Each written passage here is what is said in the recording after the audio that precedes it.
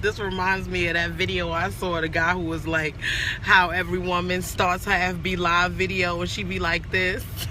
He's not lying. Every time I start one, I be like, let me make sure everything is together. Top of the cheekbones is looking all shiny as usual. My T-zone be trying to act up. So I'm sitting in my car, I'm about to go home, trying very hard to sigh. You know, I keep a little Louisville Slugger under my seat. It's a little miniature Louisville Slugger. It really is. And I just got off the phone with my homegirl and my baby mama, Onika, because I've made no secret about the fact that I've really been going through it lately. I've tried to keep my composure. I've tried very hard to take the higher road.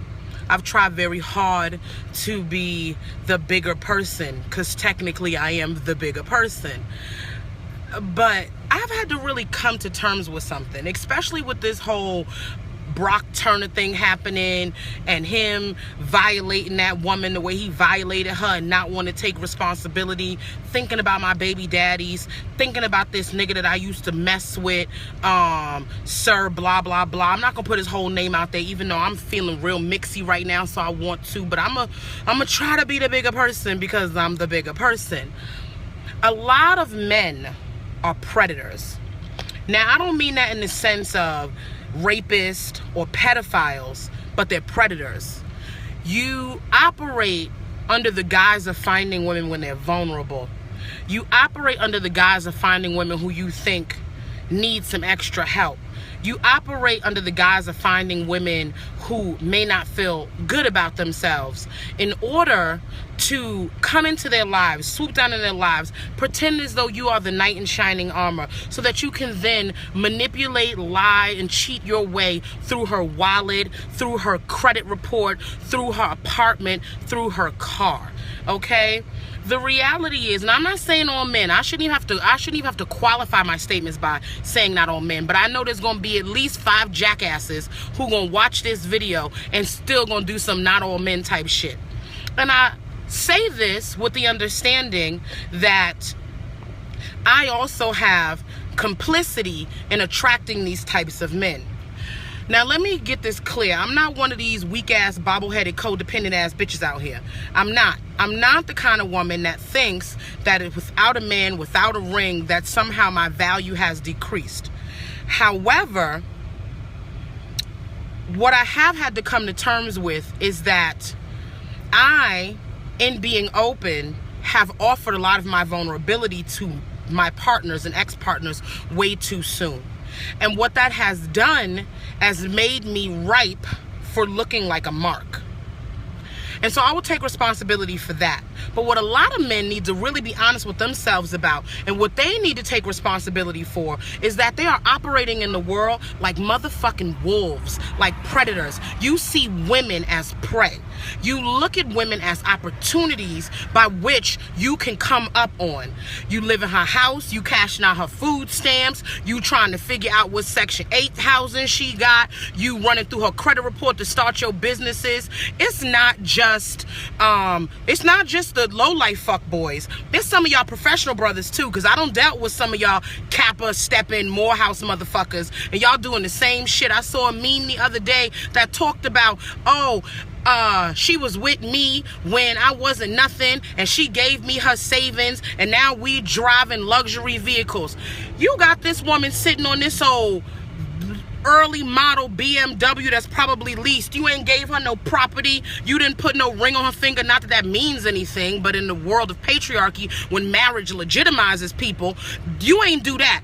You let her run around in a leased vehicle that she helped you get by extending you her credit line, and that's supposed to make me feel like something? Nigga, please. I'm just so tired of these predatory ass men. These men who sit around waiting for little girls to turn 18 years old so you can slide off and mold her and be with her. I'm gonna just talk about it. There's a certain someone who went from being with a grown ass woman to now being with a 20-year-old child. She's a baby. She's trying to find herself, and here you are, 30 years old, living up in her house with no furniture, not doing what you got to do for yourself and or any of the kids that you help procreate. So many of y'all running around here talking about can you cook, what your credit look like, what you bring to the table, and you still living with your auntie Vanessa. You ain't got a table, you ain't got a pot to piss in, a window to throw it out of, or asphalted sidewalk for it to land on. You are looking for women to be your step stools as your come up. You're not looking for a partnership, you're looking for a dog. You want somebody you can put a leash around her neck and walk her around. You talking about you want a strong woman. You don't want a strong woman. You want a woman that pays her own bills, don't ask you for nothing, give you everything that's in her motherfucking wallet, and does not challenge you because your masculinity is oh so motherfucking fragile. That is what a lot of men are running around here looking for. And there's so many of us as women. Let me talk about us as women. There's so many of us who are willing to dim ourselves to be able to say that we got a piece of dick in the bed with us, a little half a piece of dick. No, that nigga ain't shit. He ain't seen his other kid in a year. He got another one coming that you don't even know about yet. He ain't barely paying no bills. Everything is in your motherfucking name, but you running around here putting another woman down just because you got this little crusty ass something laying in bed with you at night. And the phone bill that you paying on, he got 3 other bitches ready to line up to take your position when you get tired of his bullshit. Men need to really come to the table and understand that patriarchy is not helping them. It is infantilizing them. It is making them think that women, because we have no value to you in a patriarchy system, we are only here to service you, and we are only as valuable as our benefit to you. That's called predatory, okay? It's predatory lending. It's predatory when you talk about people who are underage. It's predatory. So many of y'all, can you cook? Nigga, can you change a tire? Do you know how to do oil change? Can you do something for this transmission in my car? Sound funny. Can you build a house? Can you go out here and tend land? What do you mean, can I cook? Can you cook? Because I'm out here busting my ass, putting you on my motherfucking credit report. FICO scored on drop 25 points since I've been with you. And you want a bitch to cook a meal? I'm sucking your dick like a Hoover vacuum cleaner, and you asking me about some meals. You should be, when I come home with all of the work that I'm doing, you should be in that motherfucking kitchen in a pair of Speedos or some boxer briefs, greased up, frying me some chicken.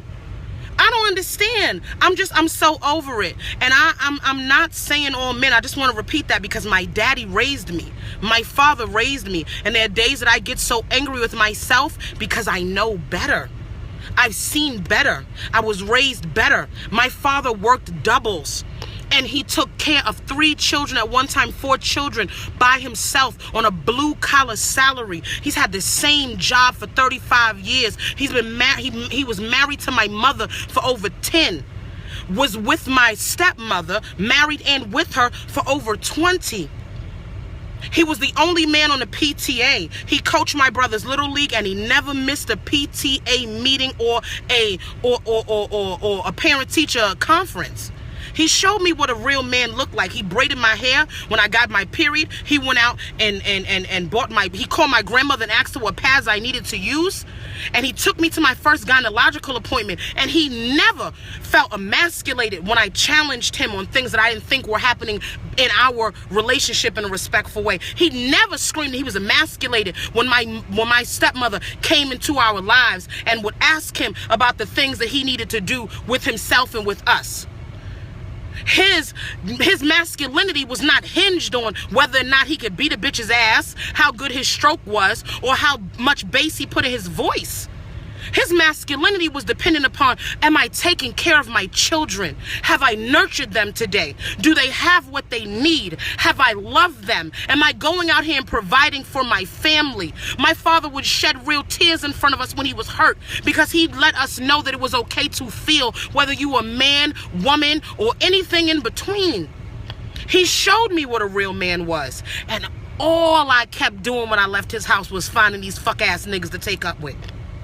So make no mistake, I look at myself and I question myself about some of the choices that I make. But in taking responsibility, it does not alleviate the fact that a lot of y'all niggas is predatory. I teach my kids, just because you can take advantage of someone doesn't mean that you should. And so many of y'all are out here knowing that we live in a system that tells women that they are only as good as the male gaze by which they're viewed. Y'all use that shit, even if you ain't got the language to articulate it, to prey on women. You make them feel less than. As soon as a woman don't want to be with you anymore, she may have only been with you for 20 years, and the first thing to come out your mouth is she's a thot, or she's a slut, or you call her sexuality into question because you's a bum ass nigga who don't know how to do anything else beyond that, because you didn't do what you were supposed to do by her. When she gets tired of paying your bills and wiping your ass and buying your clothes and making sure you get up and go get a job, or taking care of what you need to get taken care of, or paying child support for a kid that you ain't seeing, and she don't want to deal with it no more, you question her womanhood by questioning her masculinity, by questioning her sexuality and her respectability. Oh, you can't turn a hoe into a housewife. A lot of hoes don't want to be housewives. But let's make it clear. A lot of y'all men running around out here, and y'all out here acting like hoes. Y'all acting like the biggest hoes. Y'all talk about how women are irrational and emotional, and a lot of y'all out here so damn down in your feelings, so deep in your bag, it's up to you. You got your shoulder in it. Men, and of course, somebody's going to racialize it and say I'm talking about black men. I don't do a whole lot of interracial dating. I tried it. It wasn't for me. So, of course, my lens is through a black woman talking to a black man lens. I am sure white men do it, Arab men do it, Puerto Rican men do it, Dominican men do it, although race and ethnicity are different, so even some of those men are black. But the reality is, a lot of our men, our brothers, need to take a very, very long look at themselves. And the tone of my message may turn a lot of you off, because I'm in my bag right now. I'm trying very hard not to pull out this little tiny Louisville slugger and take a trip somewhere in my yellow dress. Because it's better to be crazy or jealous. Crazy, I'm with Beyonce on that. It's better to be crazy. But the reality is, I talk myself out of that. Because if you continue to choose to deal with the man who's going to drive you crazy, then you need to reevaluate whether or not that's a man you need to be with. A lot of y'all men throw that word feminist around. Y'all insult women by saying that's why you're single. Because the worst thing a woman could possibly be is to actually voluntarily say, I don't want to deal with this fuck ass nigga shit, and actually just be single and be happy and keep her FICO score up. And keep the money in her wallet and keep her blood pressure down and go to the gym and work on herself and travel and have love affairs and have her sexuality be on her own goddamn terms. God forbid we would ever do that, because it defies the need to conform with a patriarchal system that says that I ain't shit unless I got some piece of shit ass man next to me. I want my kids to know what it's like to see two people be in love and love each other in a very healthy way. But if I cannot show them that, because I cannot find a partner who is willing to meet me where I am, because I cannot find a partner that understands that mutual respect and love does not make him a simp, that valuing what I say and taking into consideration my feelings doesn't make him a pussy, then I would much rather show my children what self-love looks like, what integrity looks like, what self-care looks like, what pride looks like. I would much rather show my children that any day of the week and have all y'all fucking Bama ass niggas out there call me single for the rest of my life. I'm okay with that. Behind every great woman is a bunch of other great women uplifting her up. And that's the fucking real.